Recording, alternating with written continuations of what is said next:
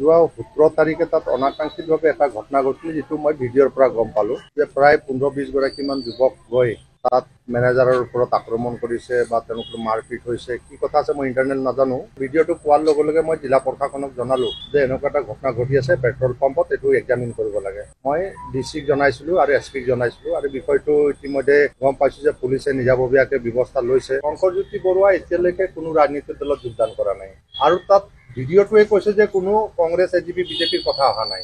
গতিকে AGP BJP Congress জাতীয় পৰিষদ এনেকৈ আহিলে ৰাজনীতিৰ কথাটো আহিব। গতিকে এটা নিউট্ৰেল অৰ্গেনাইজেশ্যন এক্স লিডাৰ এজন তেওঁ জইন কৰাৰ পিছত দেখা যাব। কিন্তু এতিয়া কোনো ৰাজনৈতিক এনেকুৱা কথা নাই, কাৰণ ৰাজনীতিকটো আমি ৰাজনীতি কি কৰিছোঁ, কাৰোবাক এনেকৈ দমন কৰিবলৈ ৰাজনীতি কৰা নাই, কাৰোবাক আমি তেনেকৈ আইনগত মেৰ পাছত সোমাই কিবা অত্যাচাৰ কৰিবলৈ আমি ৰাজনীতি কৰা নাই। আৰু চৰকাৰ সদায় চলিব নীতিমতে, নিয়মমতে চলিব আৰু মই ভাবোঁ সেইটোৱে হ'ব। গতিকে কোনো ৰাজনীতিৰ কথা আহিব নোৱাৰে, কাৰণ ময়ো বিগত দিনত তেনেকৈ বহুত হৈছোঁ, কিন্তু ৰাজনীতিৰ চক্ৰান্ত কেতিয়াও হ'ব নোৱাৰে। গতিকে কোনোবাই যদি ডিপু বন্ধ কৰিব গৈছে, এইটো জিলা প্ৰশাসনে ব্যৱস্থা ল'ব। কোনোবাই যদি ভাবে যে মোৰ হাতত আইন আছে, এইটো এইখন চৰকাৰে নামানে। যোনেই হওক বন্ধ কৰিলে প্ৰশাসনে কৰিব, আইনগত কিবা বিফল থাকিলে। আইন কাৰো হাতত নাই, আইন আইনমতে আছে, আইন ৰক্ষকে এইটো নিয়ন্ত্ৰণ কৰিব, প্ৰশাসনে নিয়ন্ত্ৰণ কৰিব।